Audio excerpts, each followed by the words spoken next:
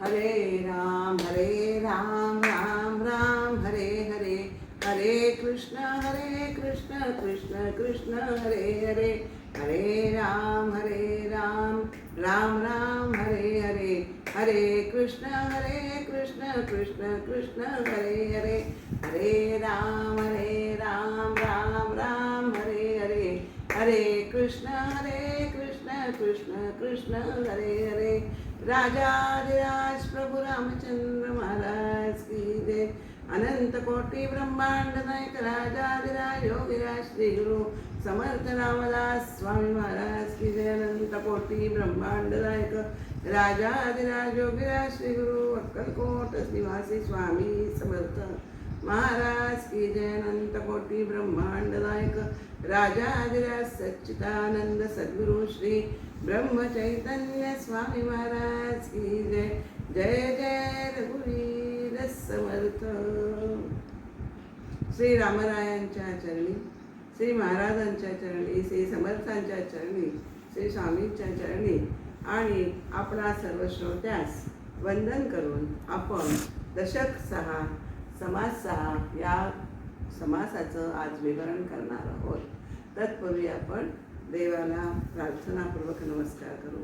गणेश शारदा चैव सद्गुरु सज्जनस्तथा आराध्य दैवतं गुह्यं सर्वं मे रघुनंदना। गुरुर्ब्रह्मा गुरुर्विष्णु गुरुर्देवो महेश्वरा, गुरुः साक्षात् परब्रह्म तस्मै श्री गुरवे नमः। शुकासारिके पूर्ण वैराग्य ज्याचे, वसिष्ठा परी ज्ञान योगेश्वराचे, कवी वाल्मिका सारिखा मान्य ऐसा, नमस्कार माझा सद्गुरु रामदासा। मला वाटते अंतरित्वा बसावे, तुझ्या दास बोधासी त्वाबोध व्हावे। अपत्या परी पाववी प्रेम ग्रासा, महाराज या सद्गुरु रामदासा। राजाधिराज प्रभु रामचंद्र महाराज की जय। समर्थ सद्गुरु श्री समर्थ रामदास स्वामी महाराज की जय। जय जय रघुवीर समर्थ। समर्थांचे उपास्य दैवत राम यांचं आज आपण गाण्यातून वंदन त्यांना करणार आहोत। ज्या रामनामाचा प्रसार श्री समर्थांनी केला आणि त्यांच्या पुढे श्री महाराजांनी केला, त्या रामनामाचं महत्त्व या गाण्यातून माझ्याकडनं बदल केलेलं आहे।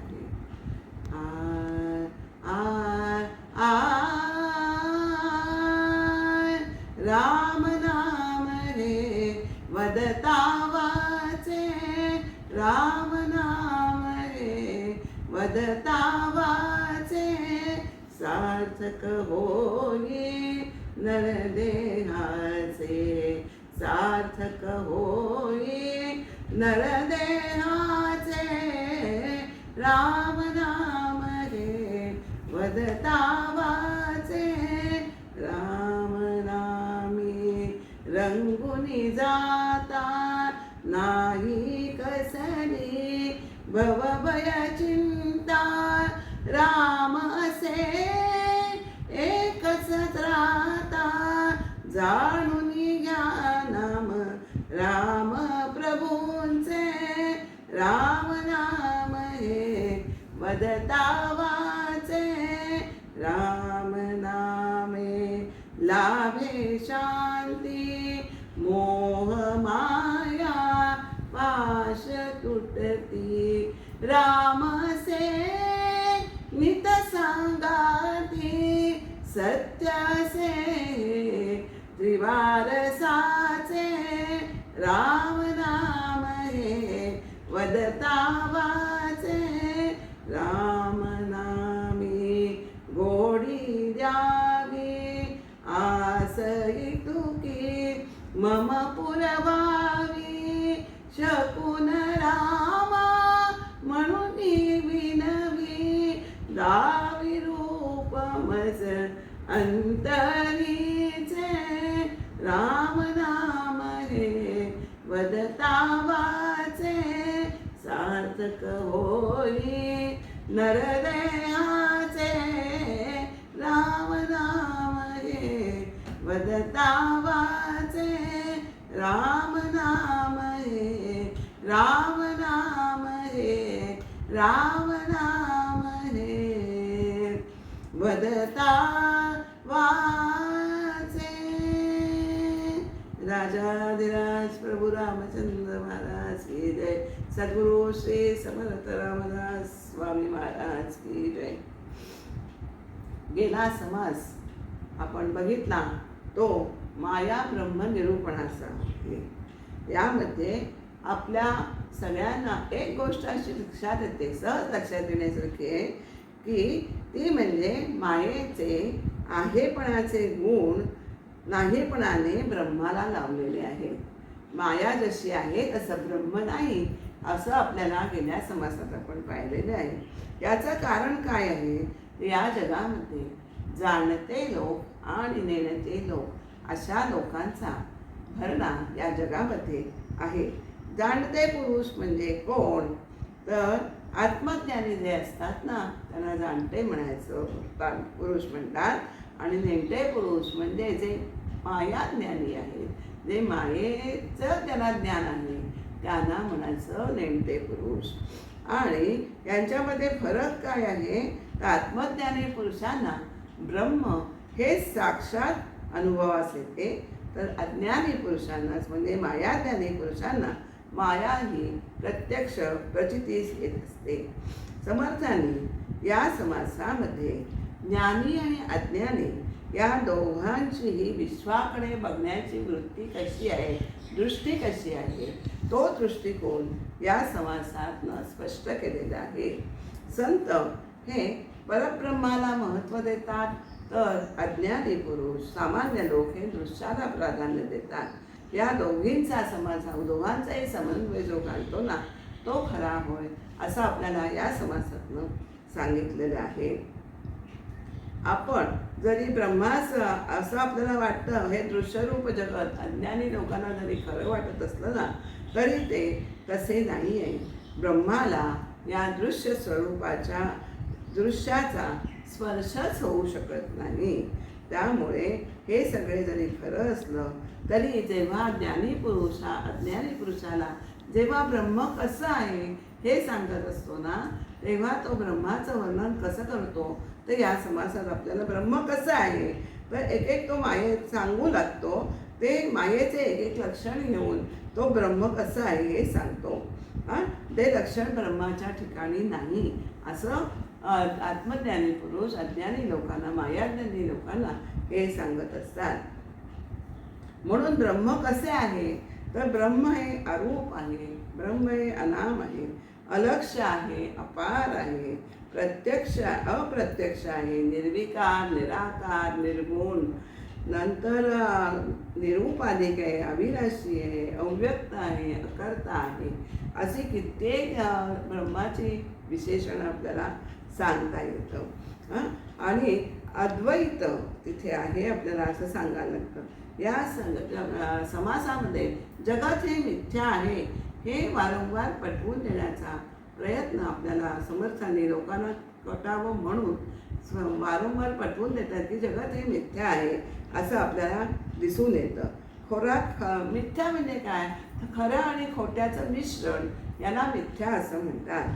ज्ञानाला हे जगत आहे ना ते परमात्मा स्वरूप असते दिसते, तर अज्ञानाला ते जगत दृश्य स्वरूपात दिसते.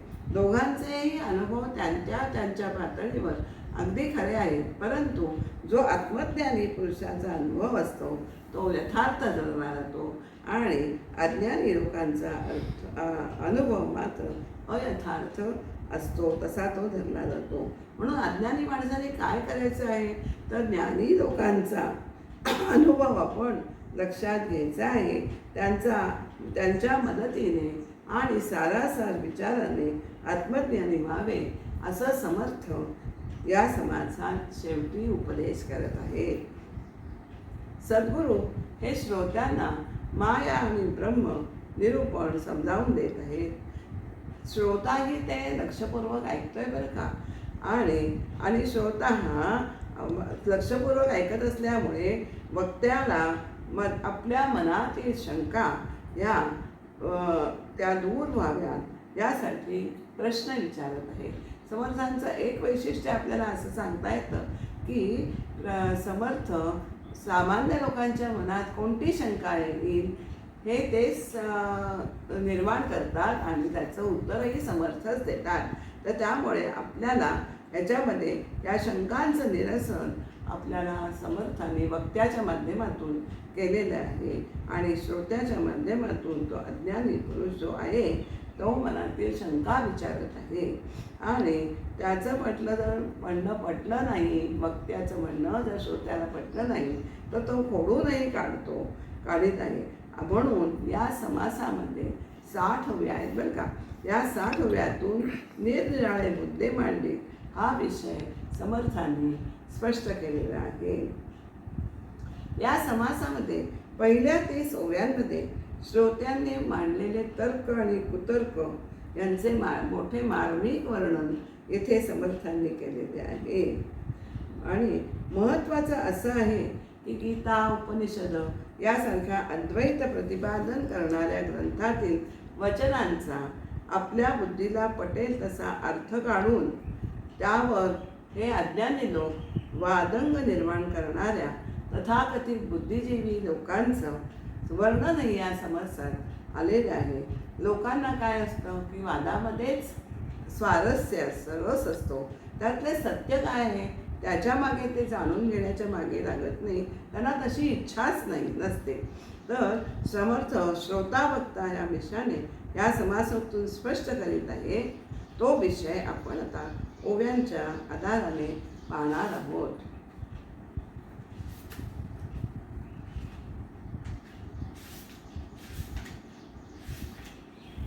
आता पहिल्याच ओळीमध्ये समर्थांनी काय म्हटलेलं आहे, सृष्टीपूर्वी ब्रह्म असे, तेथे सृष्टी मुळीच नसे, आता सृष्टी दिसत असे, ते सत्य की मिथ्या. विश्व निर्माण होण्यापूर्वी आधी ब्रह्मच असते, त्यामध्ये विश्वाचा मागमूसही नसतो ब्रह्माच्या ठिकाणी. पण आता आपल्याला सृष्टी दृश्य विश्व आपल्याला त्यामध्ये विश्व दिसत आहे, सृष्टी दिसत आहे. मग ते सत्य आहे की मिथ्या आहे, खरे का खोटे, हे तुम्ही स्वामी आम्हाला सांगा, कारण तुम्ही सर्वज्ञ आहात असं आपल्याला श्रोता वक्त्याला असं सांगतोय. तुम्ही माझी शंका फेडा असंही आपल्याला विनवणी करतोय. तुम्ही सर्वज्ञ गोसावी, माझी अशंका फेडावी, ऐसा श्रोता विनवी वक्तयासी. आता ऐका प्रश्नोत्तर, कथेसी भावे तत्पर, वक्ता सर्वज्ञ उदार बोलता झाला. वक्ता काय म्हणतोय आता आपण याचं उत्तर बघायचं आहे. आणि असा उदार आणि सर्वज्ञ वक्ता आपल्याला आता सांगतायत. काय सांगतायत आता पुढे? आता आपल्याला मगाशी म्हटलं तसं गीतेतील वचनांचा समर्थांनी म्हणतात तसं आपल्याला आधार दिलेला आहे. जीवभूत सनातन ऐसे गीतेचे वचन, येणे वाक्ये सत्यपण सृष्टीस आले. कुठला श्लोक आहे? ममैवांशो जीवलोके जीवभूत सनातन. असं गीतेमध्ये भगवान अर्जुनाला सांगतायत. जीवभूत सनातन म्हणजे या सृष्टीतील प्रत्येक जीवात माझा अंश आहे असं भगवान सांगतायत. या वचनाच्या नुसार काय झालंय की सत्यपणा, सृष्टीला सत्यपणा आलेला आहे. आणि यदृष्टम तद्नष्टम येणे वाक्यसृष्टी मिथ्यापणे सत्य मिथ्या ऐसे कोणी निवडावे. असा जो श्रुतींचा सिद्धांत आहे की यदृष्टम तद्नष्टम, जे जे आपल्याला दिसते ते नष्ट होते, नाशणार आहे. तर मिथ्या म्हणो तरी दिसे आणि सत्य म्हणो तरी नासे. सत्य म्हटलं तर ते नाशणार आहे आणि मिथ्या म्हणताय तरी आपण दिसतंय. तर सत्य आणि मिथ्या जे कसं आहे ते आम्हाला तुम्ही समजावून सांगाल का? वाक्य सृष्टीला या नष्ट होणार आहे म्हटल्यावर ह्या वाक्याने सृष्टी ही नष्ट मिथ्या आहे असं ठरतं. मग सत्य काय आणि मिथ्या काय आम्हाला कसं निवडायचं यातनं ते तुम्ही आम्हाला सांगावे. आता समर्थ असं म्हणतात की सृष्टीमध्ये जो आपण विषय मगाशी थोडासा घेतला होता की सृष्टीमध्ये बहुजन अज्ञान आणि सज्ञान मनोनिया समाधान होत नाही. या सृष्टीमध्ये अज्ञानी लोक आणि सज्ञानी म्हणजे आत्मज्ञानी लोक आणि मायाज्ञानी लोक जे असतात त्या लोकांच्या मतामध्ये अर्थातच मतभिन्नता आहे. कारण अज्ञानाला जे म्हणणं त्याचं असतं ते ज्ञानाला पटत नाही आणि ज्ञानाचं म्हणणं असतं ज्ञानी लोकांचं ते अज्ञानी लोकांना पटत नाही. त्यामुळे अर्थातच कोणाचं त्याच्यामुळे काय खरं काय खोटं हे कळत नसल्यामुळे समाधान त्याच्यामुळे प्राप्त होत नाही. आता ऐका, आता अज्ञानी काय म्हणते बघा. ऐका अज्ञानाचे मत, सृष्टी आहे ते शाश्वत, देव धर्म तीर्थव्रत सत्यचे आहे. अज्ञानी म्हणतो सृष्टी ही सगळी दिसते आपल्याला डोळ्यांना, तर ती शाश्वत आहे आणि त्यामुळे देव धर्म तीर्थ व्रत हे त्यामुळे ह्या सृष्टी सत्य असल्यामुळे शाश्वत असल्यामुळे हे पण सत्यच ठरतं. तेव्हा सर्वज्ञांचा राजा म्हणजे ज्ञानी लोक काय म्हणतो की मूर्खस्य प्रतिमा पूजा ब्रह्मप्रलयाच्या पैजा घालू पाहे. मूर्खस्य प्रतिमा पूजा म्हणजे मूर्ख आणि अज्ञानी लोक असतात ना त्यांच्यासाठी मूर्तीपूजा असते. या विश्वाचा हृदय झाला तरी ते तसेच्या तसे शिल्लक राहते, ते शाश्वत ब्रह्म असते. आणि त्याला जो स्वानुभव आलेला असतो ना त्या ज्ञानाच्या जोरावर तो पैज मारण्यास तयार होतो. ज्ञानी लोक, ज्ञानी जो असतो पुरुष तो पैज मारण्याला तयार होतो. तब बोले तो अज्ञान तरी का करीसी संध्या स्नान. म्हणजे त्याचे प्रश्न हे मायेतले आहेत. अज्ञानी पुरुषाचे प्रश्न आहेत ते मायेतले आहेत. काय म्हणतो तो अज्ञानी, काय म्हणतो, जर हे सगळं खोटं असेल, शाश्वत नाही आहे, तर मग तू संध्यास्नान का करतोस किंवा गुरुभजन करणं तीर्थाटन करणं कशासाठी फिरायचं. जर सगळं शाश्वतच नाही अशाश्वत आहे तर कशाकरता फिरायचं. याच्यासाठी एक छान श्लोक दिलेला आहे बरं का. तीर्थे तीर्थे निर्मलम ब्रह्मवृंदम वृंदे वृंदे तत्वचिंतानुवादः वादे वादे जायते तत्वबोधा बोधे बोधे भासते चंद्रसूडः. श्लोकाचा अर्थ आपल्याला असं सांगतंय, निरनिराळ्या तीर्थक्षेत्री पवित्र ब्राह्मणांचे समुदाय असतात. त्या समुदायांमध्ये काय चालतं तर तत्वज्ञानाविषयीची चर्चा चालते. तत्वज्ञानाच्या जे प्रश्न असतात त्याच्याविषयी चर्चा चाललेली असते आणि त्या चर्चेमधूनच आत्मस्वरूपाचं स्वरूप आपलं आत्म्याचं स्वरूप हे निश्चित होत असतं.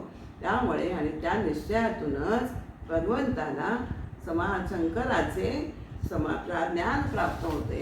आपल्याला जर ज्ञान प्राप्त करून घ्यायचं असेल तर आपल्याला तीर्थक्षेत्री जाणं गरजेचं आहे. त्या समुदायात चाललेल्या चर्चेचं आपल्याला चर्चा ती ऐकणं हे महत्त्वाचं आहे की ज्यामुळे आपल्याला आत्म्याचं स्वरूप हे काय त्यामुळेच हे निश्चित करता येतं. आणि त्यामुळेच आपल्याला शंकराचं ज्ञान चूडामणी म्हणजे चंद्रचूडा म्हणजे शंकर त्याचं ज्ञान आपल्याला प्राप्त होत असतं. आता आपल्याला पुढचं काय आहे, चंद्रचूडाचे वचन सद्गुरूचे उपासन गुरु गीता निरूपण बोलिले हरे.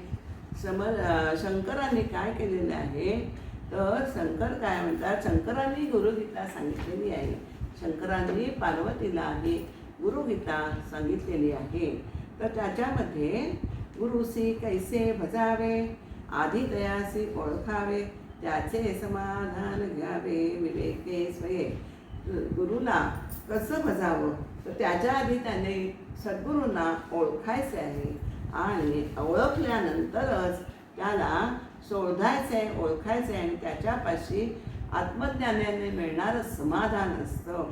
म्हणून ते आपण स्वतः त्याच्याकडनं विवेकाने त्याच्यापासून मिळवायचं आहे.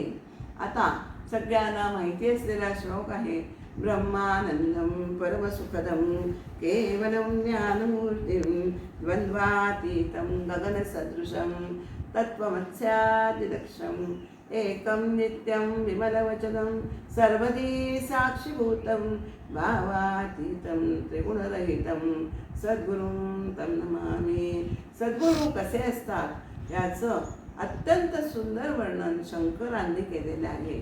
जो सदैव ब्रह्मानंद सेवत असतो, तो सगळ्यांना सुख देणारा असतो, केवळ आणि केवळ तो ज्ञानाची मूर्ती असतो, द्वंद्वातीत असतो. सुख दुःख द्वंद्व जे आहे त्याच्या तो पलीकडे असतो. गगनसदृशम त्याचं अंतःकरण, तो आकाशासारखा तो निर्मळही असतो, त्याचं अंतःकरण विशाल असतं. तत्त्वमस्यादिलक्ष्यम तत्त्वमसी हे ज्ञान त्याला झालेलं असतं आणि तो आपल्या शिष्यांना की हे ज्ञान तो देत असतो. नंतर या अनुभवापर्यंत पोचलेला असतो आणि केवळ तो एकरूप नित्य निर्मल, एकम नित्यम नित्य निर्मल विमलम अचल, म्हणजे त्याची वृत्ती कधीही चळत नाही. सर्वधी साक्षीभूतम आणि सगळ्यांच्या साक्षी रूपाने सगळ्यांच्या अंतःकरणात वास करत असतो. भावातीतम त्याच्या ठिकाणी कल्पनाच नसते, तो मानवी कल्पनेच्या पलीकडे असतो. त्रिगुणरहित जे सत्वरजतम 3 गुण आहेत त्याच्या विरहित तो असतो. अशा सद्गुरूंना आपण तम नमामि मी वंदन करतो, असा सद्गुरूंना मी नमस्कार करतो.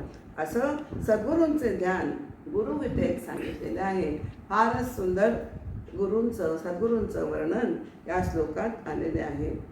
हा शंकराने पार्वतीला आपण मगाशी बघितलं ही गीता सांगितलेली आहे गुरुगीता.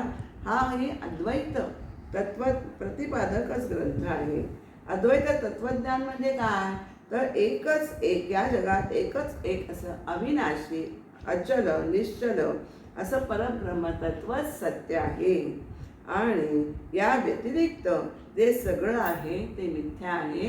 हे अद्वैत तत्वज्ञान आहे. आणि दासबोध हा ग्रंथ समर्थसुद्धा अद्वैत तत्वज्ञानीच असल्यामुळे दासबोधाने हाच विषय प्रतिपादन केलेला आहे. गुरुगीतेचे वचन ऐसे सद्गुरूचे ध्यान तेथे सृष्टी विद्यावान उरेल कैसे. गुरुगीतेचं हे वचन ऐकलं, असं स्वरूपाचं जर आपल्याला ध्यान लागलं तर आपल्याला हे विश्व आहे आणि ते मिथ्या आहे ही जाणीव देखील उरत नाही. कशामुळे सद्गुरूंचं ध्यान आपण जे करतोय ते लागलं आपलं की हे मिथ्या आहे आणि विश्व आहे हेच मुळात राहत आणि ते मिथ्या आहे, ही दोन्ही जाणीव तिथे राहतच नाही. ऐसा सज्ञान बोलला सद्गुरू तो ओळखला, सृष्टी मिथ्या ऐसा केला निश्चितार्थ. असं सज्ञानी जो आहे तो म्हणतो की असा आपण गुरु शोधावा, सद्गुरू शोधावा, त्यांना ओळखावं, म्हणजे त्याच्या संगतीने त्याच्या उपदेशाने हे विश्व मिथ्या आहे असा निश्चित अर्थ आपल्या हृदयात ठसतो. त्याच्यावर अज्ञानी म्हणजे श्रोता जो आत्ताचा ह्याच्यात आहे तो काय म्हणतो, श्रोता ऐसे न म्हणी कदा आधीच उठिला विवादा म्हणे कैसा रे गोविंदा ज्ञान म्हणसी. म्हणजे त्याला असं वाटतं की तुम्ही श्रीकृष्णाला तुम्ही अज्ञानी कसं म्हणता, असा तो वाद घालायला लागतो. कारण त्याला तो त्याचं जाण्याचं म्हणणं हे पटत नसतं. आता बघा काय म्हटलंय आपण मगाशी, आपण ही ओळ बघितलेली आहे. जीवभूत सनातन ऐसे गीतेचे विचन तयासी तू अज्ञान म्हणतोसी कैसा. आपल्याला जीवभूत सनातन आपल्याला ऐसे गीतेचे वचन येणे वाक्ये सत्यपणा सृष्टीस आले, असं आपण मगाशी ती ओवी बघितलेली आहे. या संसारात जे जीवरूप जे काही आहे ते अनादि, तो माझाच अनादिसिद्ध अंश आहे असं गीतेचे वचन श्लोक आपण मगाशी बघितला की ते माझं वचन आहे. आणि असं सांगणाऱ्या श्रीकृष्णाला गोपाळाला तू अज्ञानी कसा म्हणतोस. ऐसा श्रोता आक्षेप करी विषाद मानिल्या अंतरी याचे प्रश्नोत्तर चतुरी सावध परिसावे. असा श्रोता आक्षेप करतो, मनामध्ये त्याला दुःख होतं. या आक्षेपाचे उत्तर चतुर श्रोत्यांनी लक्ष देऊन ऐकावं असं समर्थ आपल्याला ते सांगतात. गीतेस बोलिला गोविंद त्याचा नकळे तुझ भेद, म्हणून या व्यर्थ खेद वाहतोसी. गीतेमधलं वचन आहे आपण बघितलं. आपण गीतेमध्ये कृष्ण जे काही बोलला त्याचा तुला अर्थच कळलेला नाही आहे, म्हणून तू असं विनाकारण दुःख करून बसतोयस, असं इथे आपल्याला जो ज्ञानी आहे तो बोलतो. कशासाठी असं म्हणताय? कारण त्याला अर्थ कळलेला नाही आहे.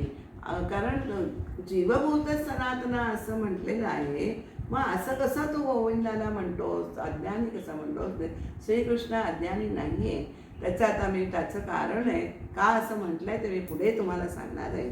आता दुसऱ्या श्लोकातलं काय आहे? अश्वत्थ सर्व वृक्षाणां विभूती योग जो आहे त्याच्यामध्ये अश्वत्थ वृक्षामध्ये मी अश्वत्थ आहे असं आपल्याला श्रीकृष्णांनी अर्जुनांना सांगितलं आहे गीतेतनं.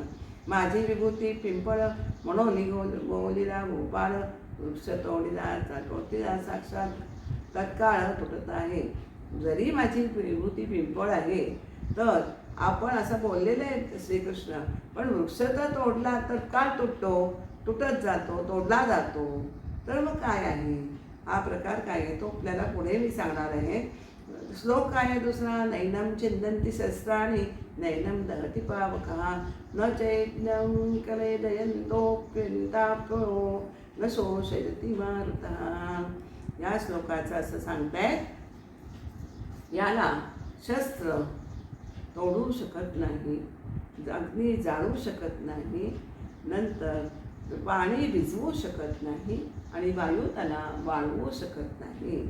म्हणजे असं आपल्याला सांगितलं आहे, शस्त्रासेने तुटेना, अग्नीचेने जळेना, उदकामध्ये कालवेना स्वरूप माझे. या सगळ्या त्या 3 गोष्टींमध्ये माझं स्वरूप जे आहे ते शस्त्राने तुटत नाही, अग्नीने जळत नाही, उदकामध्ये कालवलं जात नाही, म्हणजे भिजत नाही, कालवला जात नाही. याचा अर्थ पण हे झालं माझं स्वरूप. पण आपण बघतो व्यवहारात काय बघतो? पिंपळ तुटे शस्त्राने, पिंपळ जळे पावकाने, पिंपळ कालवे उदकाने, नाशिवंत. हे सगळं आपल्याला दिसतं. शस्त्राने तुटतो, नंतर जळाने पावकाने जळतो आणि पाण्यामध्ये तो भिजतो, बुडतो. असं पिंपळ बुडतो, उडून जातो, बुडतो. मग वर दिलेल्या श्रीकृष्णाच्या दोन्ही वचनांची एक वाक्यता कशी करायची? दोन्ही तोच म्हणताय, पण त्याच्यामध्ये मतभिन्नता काय आहे ते आता आपल्याला पुढच्या ह्याच्यात कळणार आहे. तुटे जळे बुडे बुडे आता ऐक्य कसे घडे, म्हणून उजेडे सद्गुरू मुखे. जर तुम्ही सद्गुरूंच्या मुखाने, त्याच्या मुखाने हे सगळं विवरण ऐकलं तर त्याचा तुम्हाला ताबडतोब खुलासा होणार आहे. का असं सांगितलेलं आहे की सद्गुरूंच्या मुखाने श्रवण करण्याचं महत्त्व अपार आहे, की आपल्याला आपल्या मनात यत्किंचित सुद्धा शंका राहत नाही. अजून एक समर्थ उदाहरण देतात की इंद्रियाणां मनश्चास्मी, कृष्ण म्हणे म्हणतो मी, तरी का आवरावी उर्मी चंचळ मनाची. आपल्याला सगळ्यांना माहिती आहे मन हे चंचळ आहे, त्याला उर्मी, इंद्रियांमध्ये मी मन आहे असं कृष्ण एकीकडे म्हणतो आणि दुसऱ्याकडे काय. आणि मग त्याला असं वाटतं मग जर इंद्रियांमध्ये मन कृष्ण आहे तर मग आपण आपल्याला मनात उठणाऱ्या उर्मी का आवरायच्या, असं त्याला प्रश्न पडतो. ऐसे कृष्ण का बोलिला, साधन मार्ग दाखविला, खडे मांडून शिकविला मुनामा देवी. आता असं कृष्ण का बोललंय याचं उत्तर आपल्याला सांगतायत की त्यांनी असं सांगून आपल्याला सामान्य जणांना साधन मार्ग दाखवलेला आहे. ज्याप्रमाणे लहान मुलाला खडे भांडून ओनामा शिकवावा तशातला हा प्रकार आहे असं आपल्याला सांगता येतं. लहान मुलं खडे घेऊन खेळतात, आपल्याला सगळ्यांनाच माहिती आहे. त्या खड्याच्या साह्याने आई त्याला अक्षर ओळख करून देते.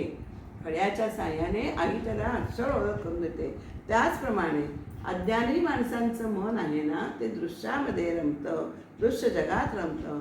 त्या जगातील वस्तू घेऊनच त्याला परमात्मचिंतन कसं करायचे आहे हे विभूती रूपाने कृष्णांनी दाखवलेलं आहे. पुन्हा एकदा सांगते की अज्ञानी लोकांचं मन हे दृश्य जगात रमणारं आहे. त्या जगातील वस्तू घेतली, जगातीलच वस्तू घेतली आणि ते घेऊनच परमात्मचिंतन कसं करावं हे विभूती रूपाने श्रीकृष्णांनी आपल्याला दाखवलेलं आहे. म्हणून त्या दोन्ही मतामध्ये आपल्याला फरक जाणवतो, पण तो अज्ञानाला हे पुन्हा आपण तिथे लक्षात घ्यायचं आहे. श्रीकृष्ण सर्वज्ञच आहेत, ते चुकीचं कसं सांगतील. ऐसा आहे वाक्यवेग भेद सर्व जाणे तो गोविंद, देहबुद्धीचा विवाद कामा नये.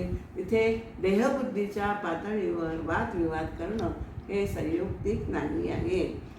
या वचनामध्ये जो विरोध दिसतो याचं हे कारण असं आहे आणि त्यांच्या वचनांचा समन्वय करण्यास देहबुद्धीने केलेला वाद हा कधीच उपयोगी पडत नाही. वेदशास्त्र श्रुती स्मृती उभी आहे. वेदशास्त्र श्रुती स्मृती तेथे वाग्य भेद पडती, ते सर्वही निवडती सद्गुरु वचने. वेदशास्त्र श्रुती स्मृती यांच्या बदलामध्ये परस्पर विरोध आढळतो, पण सद्गुरु वचनांनी त्या सर्वांची योग्य बरोबर व्यवस्था आपल्याला लावता येते. वेदशास्त्रांचे भांडण करून काय शस्त्र तोडावं असं नसतं बरं का. वेदशास्त्रांचे भांडण शस्त्रे तोडी सहा कोण, पण ते भांडण कोणीही मिटवू शकत नाही. कल्पांतापर्यंत जरी प्रयत्न केला तरी ते मिटत नाही. तर ते कशाने मिटतं, तर साधू पुरुषांच्या खेरीज या मतभेदाचा निकाल कोणी लावू शकत नाही असं आपल्याला या ओळीत म्हणलेलं आहे. आता एक पूर्ण वेगळा विषय आलेला आहे. शास्त्रामध्ये वाद असतो, त्याच्यामध्ये पूर्वपक्ष आणि सिद्धांत असं शास्त्राचे संकेत आहे आणि या शास्त्रांचे हे संकेत आहे त्याचा निश्चित अर्थ हा सुद्धा आपल्याला साधूच्या मुखाने ऐकला तर त्याचा उलगडा नक्की होतो. आता काय करतायत, वादाने वाद हा नेहमी वाढत जातो. आपल्याला मगाशी आपण बघितलं वादे वादे तत्वबोध जायते तत्वबोधा असं आहे, पण तो तत्वचिंतन असतं तेव्हा तो. पण इथे पूर्वपक्ष आणि उत्तर पक्ष म्हणजे सिद्धांत आहे, त्याचा शास्त्राचे संकेत आहे, त्याचा खरा अर्थ जो असतो ना तो साधूंच्या तोंडून श्रवण केलेल्या उपदेशाने निश्चितपणे कळतो. अर्थात तत्वज्ञान हा सगळ्यांना माहिती आहे की तर्काचा खेळ आहे. यामध्ये काय अशी पद्धत आहे की सध्या आपल्याला सिद्धांत एक मांडायचा आहे बरं का. तर ज्या सिद्धांतावर जेवढ्या शंका आणि आक्षेप घेता येणं शक्य आहे तेवढ्या शंका आणि आक्षेप आपण स्वतःच कल्पना करून काढायचे आणि तर्काने त्याचं निरसन करायचं. जे आक्षेप असतात आणि शंका असतात त्याला पूर्वपक्ष म्हणतात आणि त्यांच्या निरसनाला उत्तर पक्ष किंवा सिद्धांत असं म्हणतात. असं आपल्याला दिसतं. शेवट काय होतं, सगळ्या शंका ज्या असतात त्या सिद्धांताला फेडाव्या लागतात. बरेच वेळा असा हा प्रकार शेवटच राहत नाही असं आपल्याला दिसून येतं. आणि वादाविवादामध्ये काय होतं, एकाहून एक वरचढ शंका या निघत जातात आणि एकाहून एक अशी उत्तरं दिली जातात आणि असे पूर्वपक्ष आणि उत्तर पक्ष वेदशास्त्रांमध्ये अनेक पक्के भरलेले आहेत की ते सांगू म्हटलं तरी आपल्याला सांगता येत नाही. म्हणून आपण वादविवादाच्या नादी लागायचंच नाही आहे. वादविवाद सोडून संवाद करायचे आहे. संवाद आपल्याला मनाच्या श्लोकातही माहिती आहे, तुटे वाद तो संवाद हितकारी, तुटे वाद तो असा संवाद आपल्याला करायचा आहे. वाद सोडून संवाद करायचे की त्यामुळे आपल्याला आत्मस्वरूपाचं निश्चित ज्ञान प्राप्त होतो, आत्मस्वरूपाचा निश्चय होतो. संवाद करायचे, आत्मस्वरूपाचा निश्चय होऊन त्याचा अनुभव येण्यासाठी संवादाची व्याख्या इथे दिलेली आहे की संवाद म्हणजे काय, संवाद आत्मस्वरूपाचा निश्चय होऊन अनुभव येण्यासाठी जी चर्चा चालू असते ना त्याला संवाद म्हणतात आणि संवाद केल्याने आत्मस्वरूपाचा अनुभव येतो आणि त्यामुळे ब्रह्म आनंद प्राप्त होतो. आता आपल्याला हा आपल्याला ब्रह्मानंद अनुभवायचा आहे. म्हणून त्यासाठी वादविवाद सोडायचे आणि संवाद करायचे आणि त्यामुळे ब्रह्मानंद आपल्याला प्राप्त होते.